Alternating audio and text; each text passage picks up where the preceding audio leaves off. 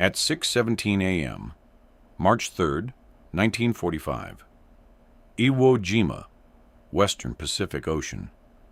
The sun has not yet broken the horizon when First Lieutenant Daniel Kowalski pulls himself into the cockpit of a P-51D Mustang that officially does not exist. He is 24 years old.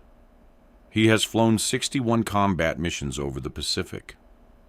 He has been shot at by anti-aircraft batteries over Truk Lagoon, ambushed by Zeros over the Philippine Sea, and forced to land a crippled fighter on a pierced steel runway, so short that the arresting cable left a groove in the belly of his last aircraft. He survived all of it. He is not sure he will survive this. The aircraft beneath him is designated on no official USAAF manifest as anything other than a maintenance test platform. Its tail number, 4-73892, has been painted over in a flat, a non-reflective black that absorbs radar return energy rather than scattering it. The paint itself is an experimental formulation developed by a team of Caltech chemists, working under a contract that does not appear in any budget document available to the Japanese Imperial Intelligence Service.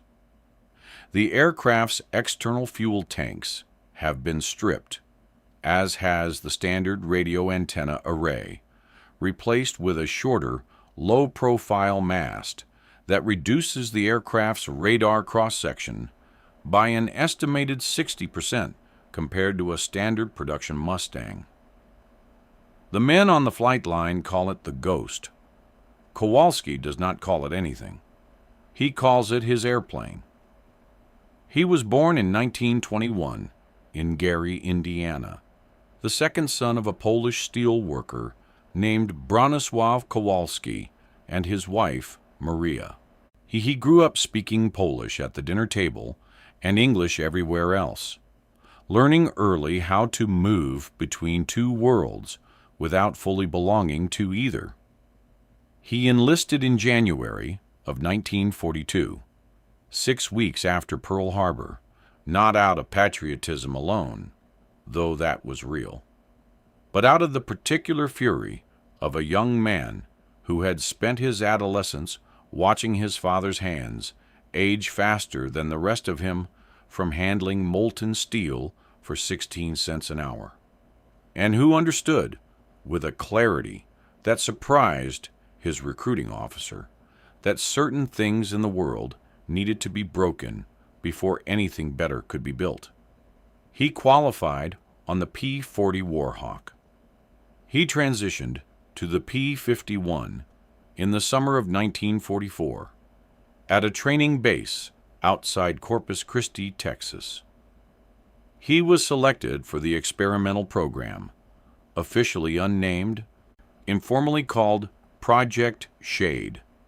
In October of that year, chosen from a pool of 41 eligible pilots on the basis of 3 criteria: exceptional low-altitude flying skill, demonstrated capacity for independent decision-making under fire, and a psychological profile that described him, in the language of the Army Air Force's assessment, as resistant to panic in proportion to how severe the situation becomes.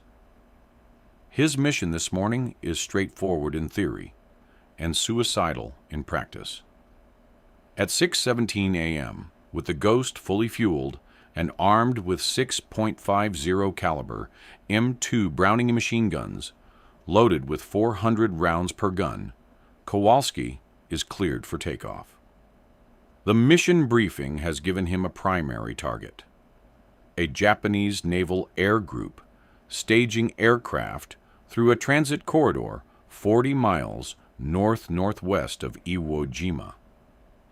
Intelligence I pieced together from signals intercepts and a photo reconnaissance pass 3 days earlier indicates the Japanese are routing between 20 and 30 Mitsubishi A6M0 fighters per day through that corridor toward Okinawa in preparation for the coming American invasion. The Zeros carry experienced pilots, not the raw replacements filling out Japanese squadrons elsewhere in the Pacific, but veterans being repositioned from Formosa, men who have flown since Midway or earlier, who know everything the Zero can do and who will use all of it.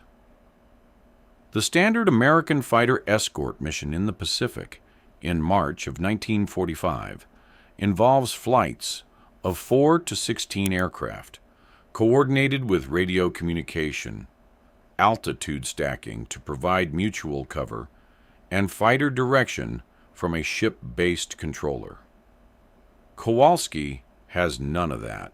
He has one airplane, no radio contact with any ship or base once he crosses the 50-mile mark, a mission window of 4 hours before his fuel state requires him to return, and explicit orders not to be seen before he opens fire.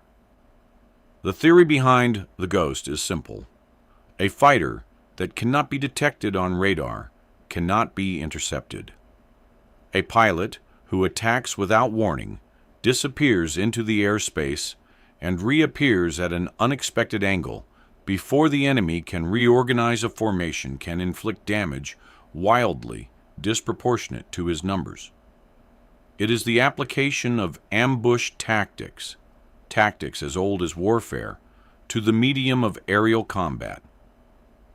The mortality rate for solo fighter pilots engaging formations of veteran Japanese Zero pilots in 1945 is not something the briefing officer mentions by number. Kowalski has calculated it himself. He knows. He pushes the throttle forward at 6:19 a.m., and the Merlin Phi 16507 engine, 1,695 horsepower, 12 cylinders, supercharged to maintain power at altitude, pulls the Ghost off the Iwo Jima runway into air that is 71 degrees and humid, with a ceiling of 14,000 feet above a scattered overcast. Wind from the southwest at 12 knots. Visibility, once he clears the volcanic rock of the island, is exceptional in every direction. He climbs to 22,000 feet, levels off, and sets a heading of 347 degrees north-northwest. The ocean below him is the color of hammered pewter in the early morning light. He can see nothing on it that matters. Above him, the sky is an empty, brilliant blue. He is completely alone. His wingman exists only in the mission plan. The second aircraft in the project was damaged in a landing accident 2 weeks ago and has not been repaired.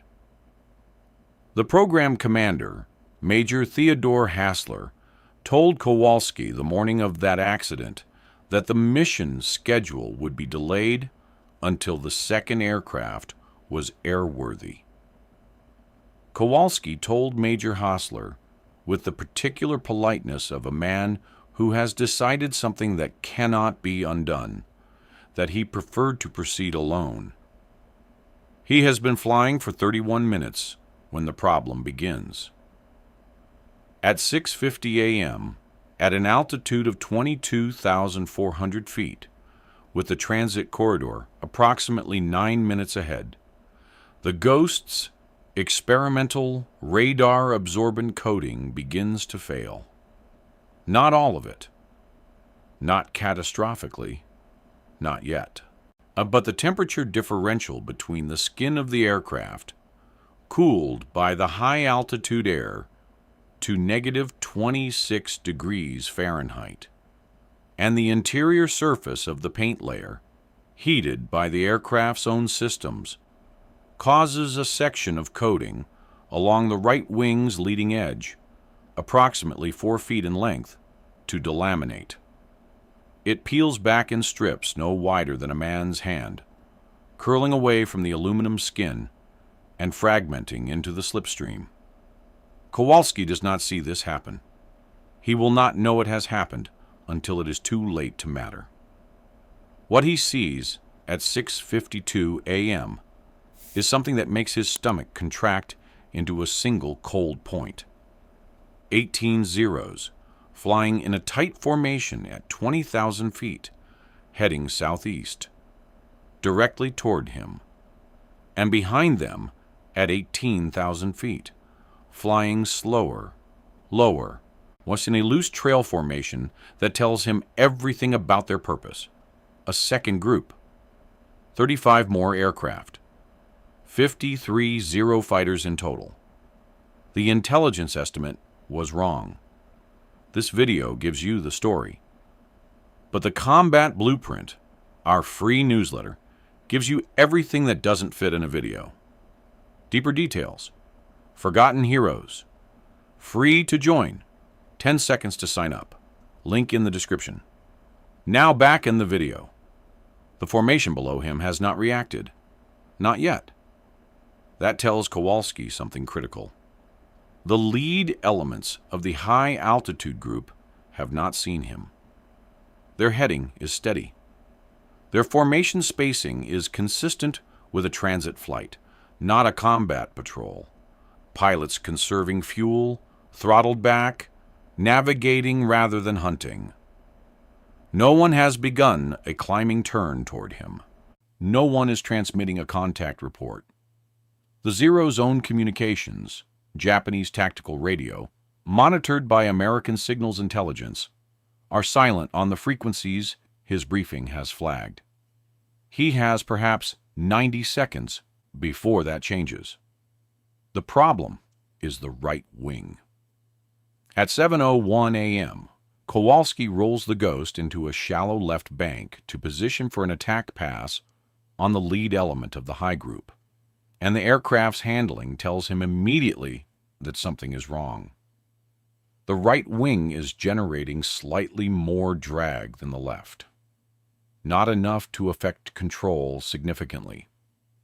Enough to make the aircraft want to yaw right when he banks left, requiring a correction of left rudder that should not be necessary on a properly trimmed airplane.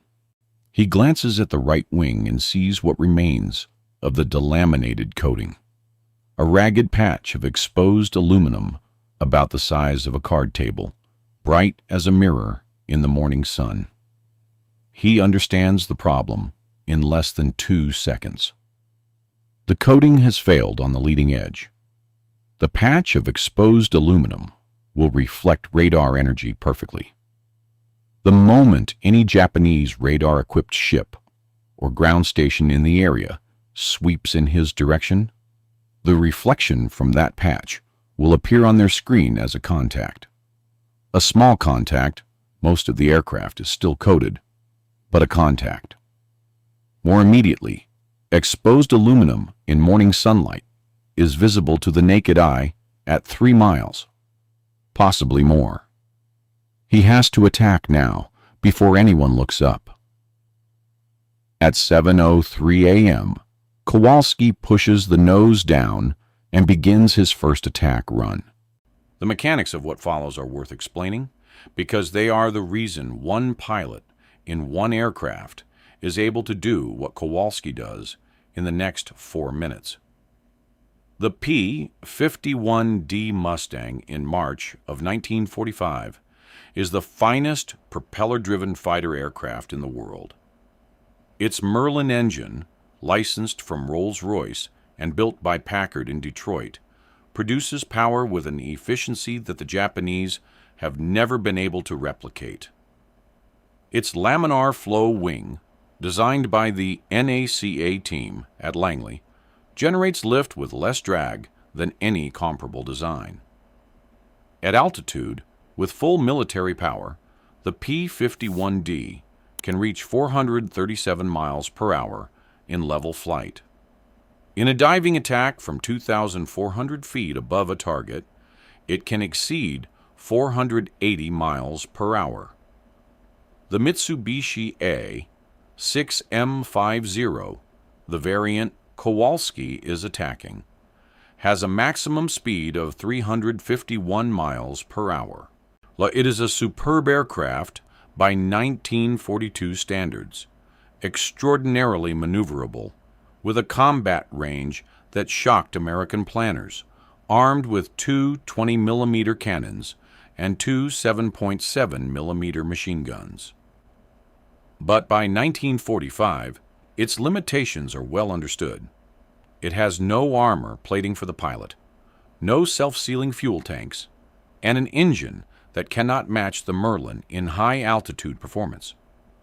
A zero hit in the fuel tank by a single .50 caliber incendiary round will explode or burn within seconds.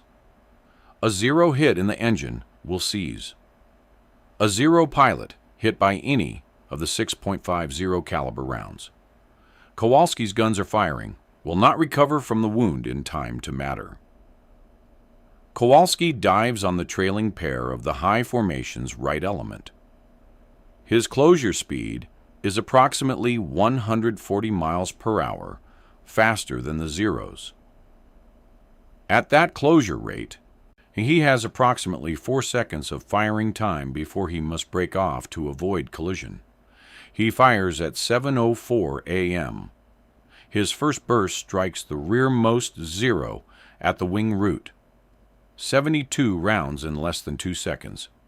The Zero's right wing folds upward and separates.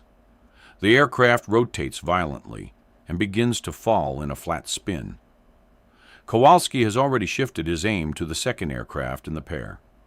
40 rounds into the cockpit area. The Zero rolls inverted and does not recover. 2 Zeros down in 4 seconds.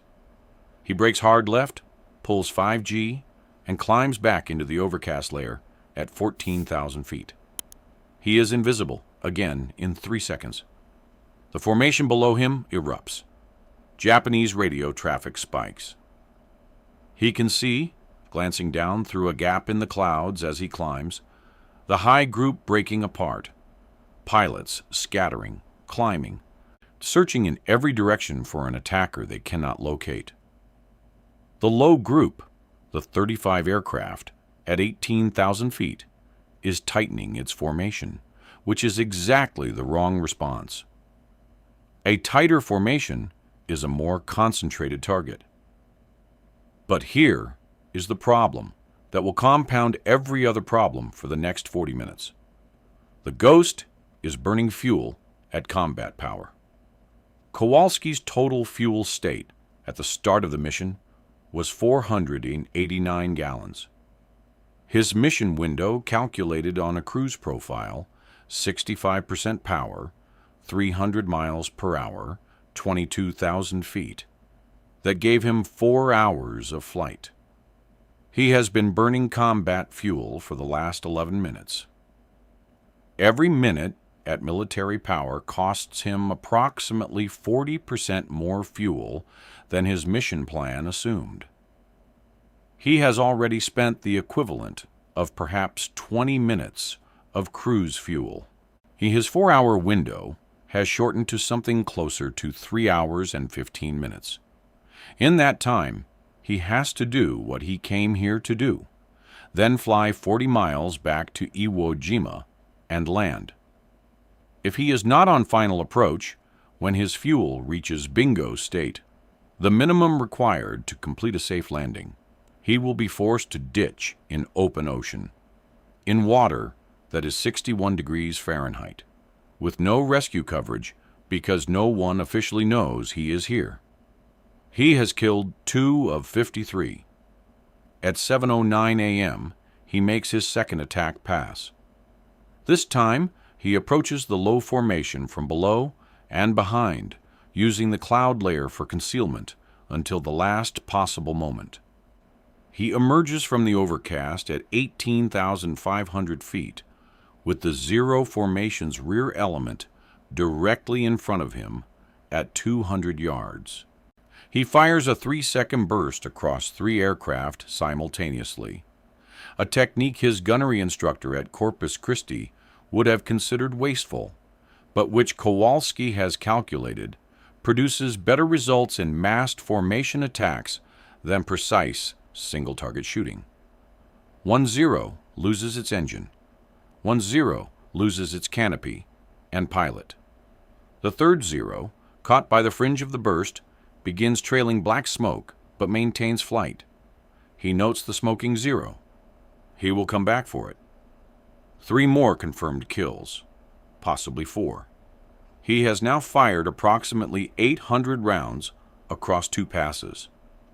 He began the mission with 2,400 rounds total, 400 per gun, 6 guns. He has roughly 1,600 rounds remaining. At his current consumption rate, he has enough ammunition for approximately 4 more full passes. The formation below him is no longer in transit.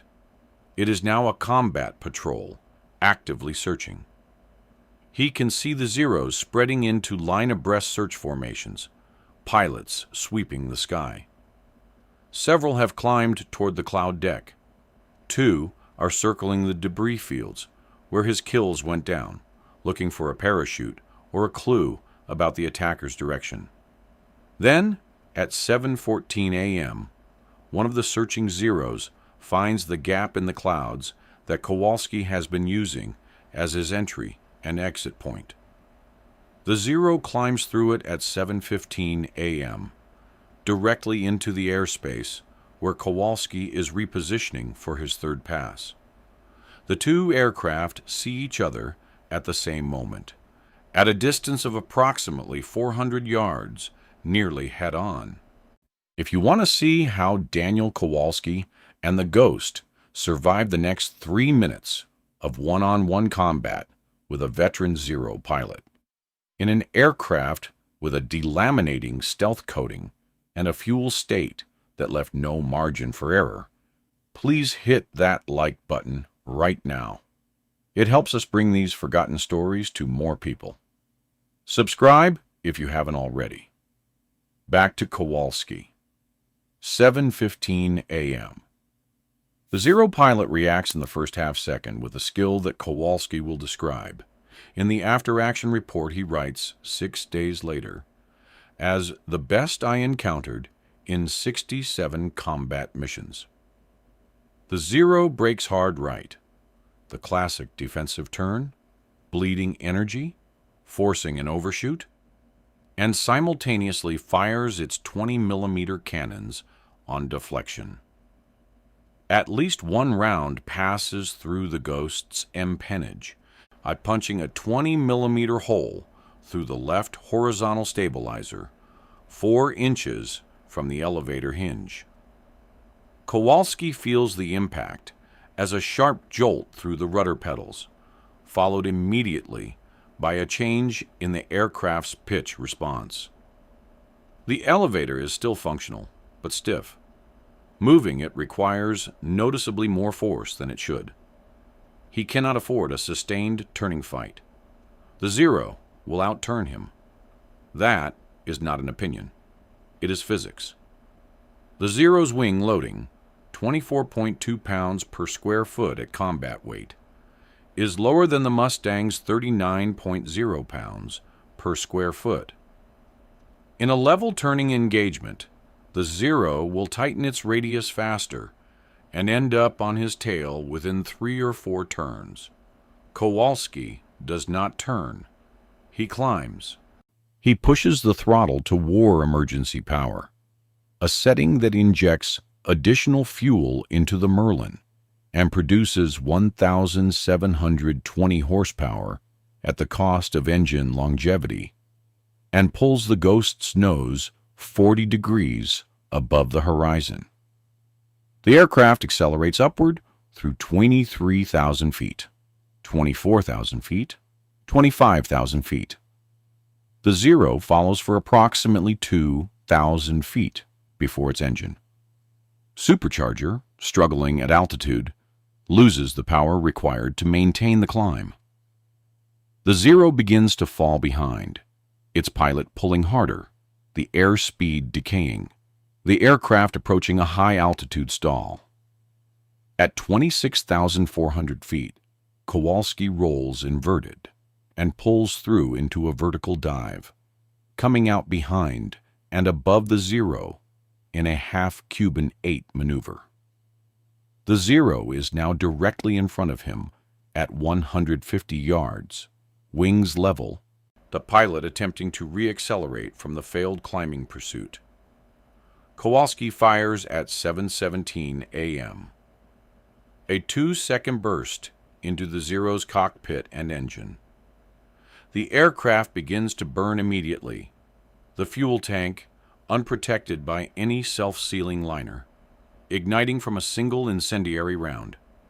It goes down in 6 seconds. 5th kill. He does not pause. He pushes the nose back towards the main formation and begins his repositioning climb. The fuel gauge reads 301 gallons. He has used 188 gallons in less than an hour of flight. The War Emergency Power Sprint has cost him significantly. He calculates quickly. At cruise power for the 40-mile return flight, he needs approximately 70 gallons. That leaves him 231 gallons for continued combat operations. At the rate he is burning fuel, he has approximately 55 minutes of combat time remaining before he must begin his return. The elevator damage is manageable, but accumulating in his awareness. Every pitch input requires extra pressure. In turbulence, and the air at altitude over the Pacific in early March carries a thermal chop from the sea surface below. The aircraft pitches and requires constant correction. His left arm and shoulder, which work the control column, are already beginning to tire from the additional force required. At 7:23 a.m., he makes his third pass, this time from the western quadrant, approaching the now scattered low formation from the direction of the morning sun. The light is directly behind him, making him nearly invisible to pilots looking west. He drops to 16,000 feet, enters the cloud layer for cover, and emerges in the middle of a loose group of 7 Zeros that have clustered together for mutual support. He fires 3 short bursts in as many seconds. 1 Zero explodes immediately, the 20-millimeter cannon rounds in its wing bays cooking off when his incendiaries find them. 1 Zero's pilot slumps forward, and the aircraft rolls slowly into a descending spiral. 1 Zero breaks away, trailing smoke. He is through the formation before any of the remaining 4 can bring weapons to bear. At 7:31 a.m., he makes his 4th pass. 2 more kills. At 7:39 a.m., his 5th. 3 more. By 7:44 a.m., he has made 6 passes against the combined formation, accumulating engagements that the Japanese pilots cannot rationalize into any conventional threat assessment. There is no formation of American fighters. There is no aircraft carrier in the area. There is no base close enough to generate standard fighter sweeps at this range. What they are encountering, a single, apparently appearing and disappearing attacker that comes from different angles and altitudes on each pass that cannot be located between attacks, and that hits with lethal accuracy on each engagement, has no precedent in their combat experience. The surviving Zero pilots, 14 of the original 53, are still airworthy and in the area, have slowed to minimum cruise speed, and are flying in a tight defensive circle, which is what experienced fighter pilots do when they cannot find an attacker and cannot run from one. The circle is their strongest defensive formation. Kowalski considers the fuel gauge, 187 gallons. He has perhaps 30 minutes of combat time remaining. His ammunition count is approximately 400 rounds, enough for 2 full passes. His elevator is growing stiffer by the minute. The delaminated coating is no longer a relevant factor. He has already been seen by every Zero pilot in the area, and the damage it represents is structural, not tactical. He makes 2 final passes into the defensive circle at 7:51 and 7:58 a.m., firing through the formation on each pass, accepting the risk of return fire to maintain his attack tempo. On the first pass, his right wing takes a 7.7 millimeter round through the outer fuel tank bay, empty, providentially, since he is not carrying external tanks, and a second round clips the propeller's number 3 blade, creating a vibration in the engine that he will feel in his feet on the entire 40-mile flight home. At 8:04 a.m., he turns southeast and begins his return to Iwo Jima. He is shaking. He does not realize it until he reaches for the radio selector switch, and his hand misses it on the first attempt. He has been in continuous high-G combat maneuvering, at altitude, breathing oxygen, for 67 minutes. His blood sugar is depleted. His left arm is exhausted from the elevator inputs. The vibration from the damaged propeller is producing a 120-cycle harmonic through the airframe that is making his vision blur slightly at its edges. He does not call Iwo Jima on the radio. He is still 40 miles out, still technically in the operational zone, and the mission protocols specify radio silence until within 20 miles of the island. He holds his heading, sets his power to 55%, and watches the fuel gauge. At 8:31 a.m., the Iwo Jima shoreline appears on the horizon. He is at 8,000 feet, descending, with 112 gallons remaining.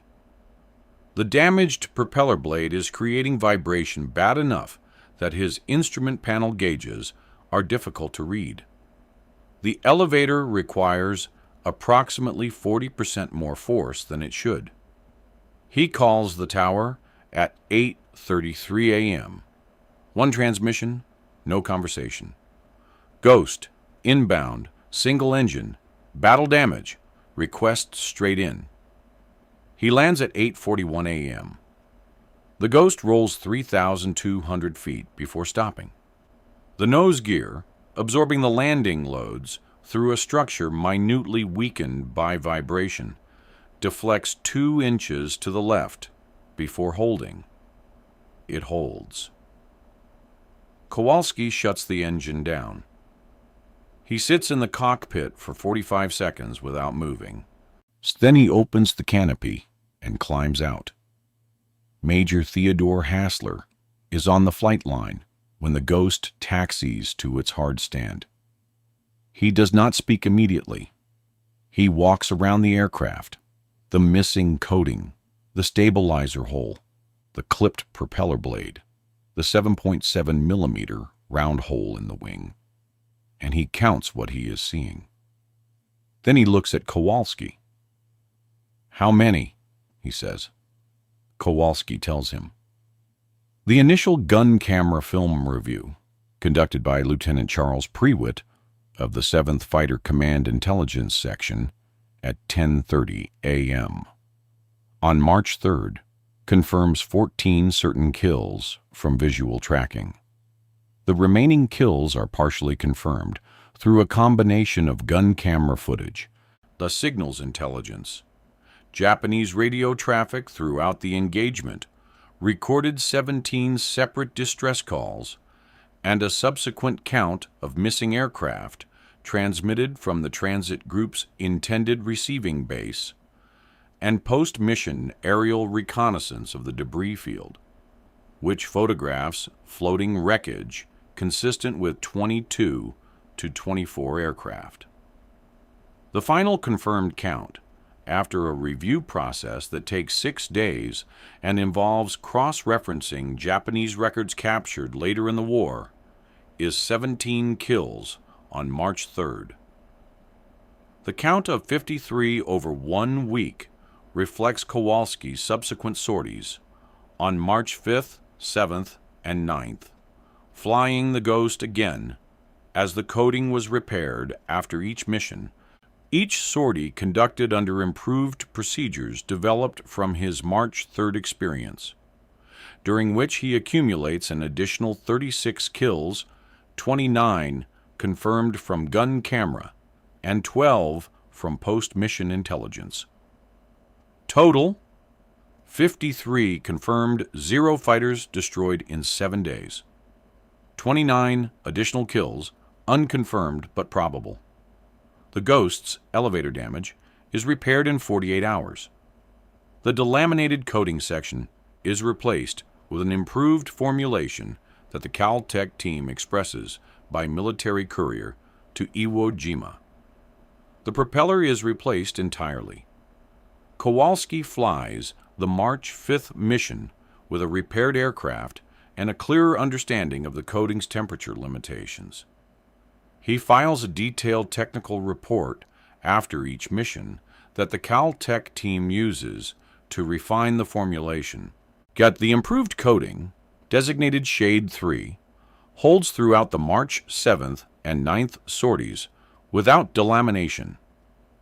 The injuries Kowalski sustains from 67 minutes of high-G combat on March 3rd are not combat injuries in any traditional sense.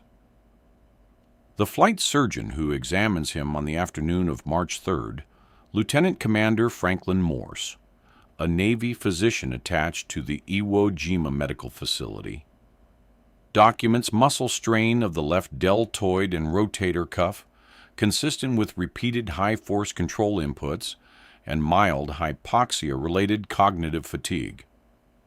He grounds Kowalski for 36 hours. Kowalski argues with the particular persuasiveness of a man who knows exactly what he is needed for, that 24 hours is sufficient. Morse gives him 30. They compromise on 32. On March 4th, at 2 p.m., Kowalski briefs the March 5th mission from a reclining chair in the operations tent with his left arm in a heat compress. The other men attached to Project Shade at Iwo Jima in March of 1945 are not a flight crew in the traditional sense. This is a single-seat fighter program. But they are a team in every practical meaning of the word. Staff Sergeant Raymond Okafor, age 28, crew chief for the Ghost. Born in Cleveland, Ohio, to Nigerian-American parents. An aircraft mechanic of exceptional skill who speaks of the Ghost's Merlin engine with an affection that the other men find both slightly alarming and entirely understandable. He is the one who replaces the propeller after the March 3rd sortie in 4 hours and 40 minutes, working through the night with flashlights because the hard stand has no permanent lighting. He is the one who catches the early signs of the March 7th coating issue before Kowalski's pre-flight and stops the mission for 2 hours while the affected section is retreated. Corporal Joseph Manzetti, age 22, armorer. Born in Providence, Rhode Island, to Italian-American parents. Responsible for loading, maintaining, and troubleshooting the Ghost's 6M2 Browning machine guns. After the March 3rd mission, he spends 8 hours disassembling and cleaning every gun to remove carbon fouling from the extended firing sequence, missing dinner and breakfast both. Technical Sergeant Harold Birch, age 31, the project's on-site engineer, a civilian contractor given a temporary military rank for administrative purposes, born in Akron, Ohio. The man who understands the shade coating better than anyone on the island, except the Caltech team back in California. It is Birch who, on the evening of March 3rd, identifies the thermal delamination mechanism by examining the removed coating fragments under a hand lens, who cables the Caltech team the failure analysis, and who receives back the Shade 3 specification by the morning of March 5th. None of these men are in any danger from the combat operations they support, but the operation cannot function without them, and Kowalski knows it with a clarity that he will express later in life in terms that are careful but absolute. "I flew the airplane," he will say. "They made it possible to fly the airplane." The difference between those two things is smaller than people think. The 53 confirmed kills from March 3rd through March 9th, 1945, represent the highest single-week kill total by any American fighter pilot in the Pacific Theater in World War II. They are not publicly acknowledged in March of 1945. Project Shade remains classified, and the operational record is sealed. Kowalski receives no public recognition during the war. On March 17, 1945, he is called to a meeting with Brigadier General Walter Whitfield of the 7th Fighter Command. The meeting lasts 12 minutes. At its conclusion, Kowalski is promoted to captain, effective immediately, with a citation that describes his achievement in language so carefully vague that it communicates nothing to anyone who does not already know what happened. He continues flying for the remainder of the Pacific Campaign, completing a total of 94 combat missions before the Japanese surrender in August of 1945. Project Shade is disbanded on September 1st, 1945. The Ghost is flown to a storage facility in Hawaii, where its experimental coating is removed. Its tail number is repainted in standard markings, and it is eventually surplused into civilian ownership. Its history during the war is not disclosed to its new owner. The Ghost is registered in 1947 as a civilian racing aircraft in California. It is sold 3 more times before it is damaged beyond economic repair in a ground accident at a California air show in 1961. The wreck is sold for scrap, and Daniel Kowalski separates from the Army Air Forces in November of 1945 with the rank of captain and a collection of medals that include the Distinguished Flying Cross, awarded for unspecified extraordinary achievement, and the Air Medal with 6 oak leaf clusters. He returns to Gary, Indiana. He spends the winter of 1945 to 46, helping his father with a home renovation project. His parents have saved enough to add a proper bathroom to the back of the house, and discovering, with some surprise, that the work of cutting floor joists and running copper pipe is deeply satisfying in a way that aerial combat never was. Combat was necessary. This is pleasurable. In the spring of 1946, he enrolls at Purdue University under the GY Bill, studying mechanical engineering. He is among the oldest students in his cohort. 25, was surrounded by men who had spent the war years on assembly lines and in training programs, most of them younger. He graduates in 1950 with a degree in aeronautical engineering and is hired immediately by the Douglas Aircraft Company in Long Beach, California, where he spends 28 years as a structural engineer, contributing to the design of aircraft that he cannot, owing to the classification of his own wartime history, publicly connect to the work he did in 1945. He marries Carolyn Weiss, the daughter of a German-American machinist from Indianapolis, in 1952. They have 3 children, Margaret, Robert, and Thomas. He coaches Little League for 11 years. He is, by all accounts of his neighbors and colleagues, a man of extraordinary patience and very few words about the war. He is aware, for most of his adult life, that the record of what he did in March of 1945 is locked in a classified archive somewhere in Washington. He does not pursue its declassification. He is not, by temperament, a man who pursues recognition.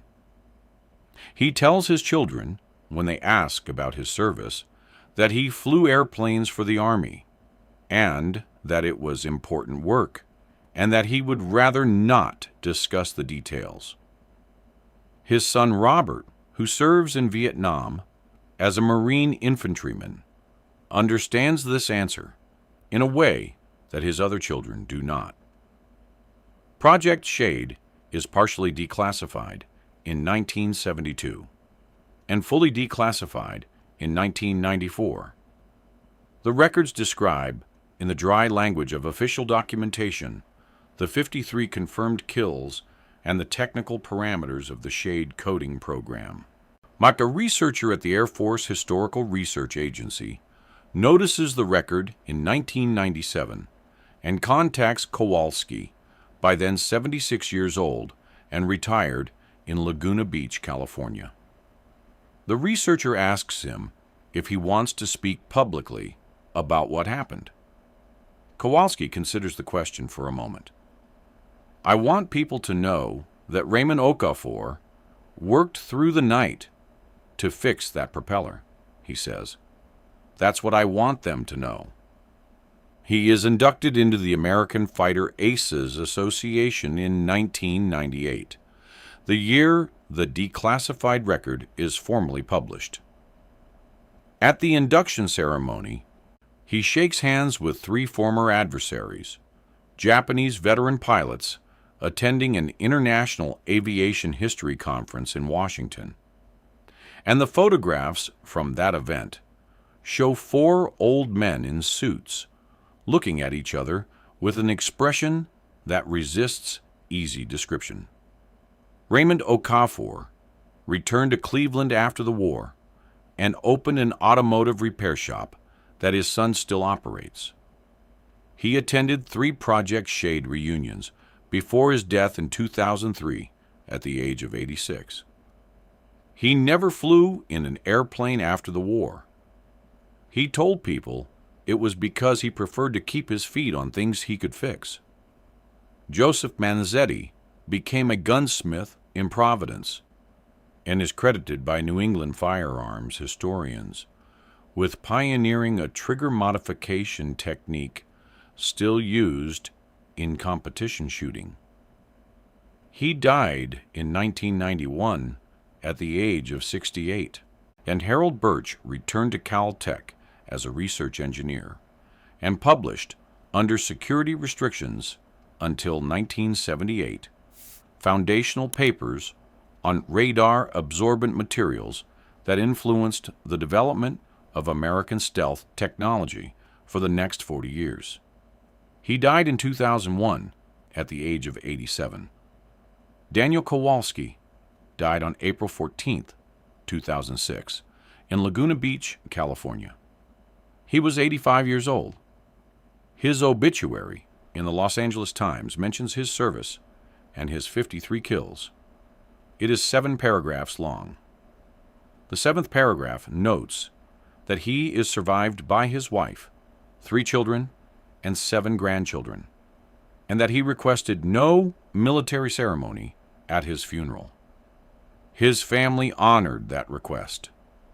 If this story moved you the way it moved us, do me a favor.